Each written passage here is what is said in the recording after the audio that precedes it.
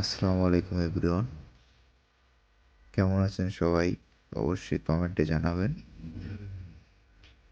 আসলে কর্মব্যস্ততার কারণে সবার সাথে এভাবে ফোনে কথা বলে ওঠা হয় না। ভাবলাম আজকে রোজার প্রথম দিন বাসা থেকে কাজের উদ্দেশ্যে বের হলাম। ভাবলাম কিছু ভিডিও শট নেই। আসলে বিদেশের মাটিতে যারা থাকে তাদের রোজা বলেন, ঈদ বলেন, সবই সেম। কাজ মিস নাই। সবাই আমার জন্য দোয়া করবেন যেন সুস্থভাবে ভালোভাবে থাকতে পারি।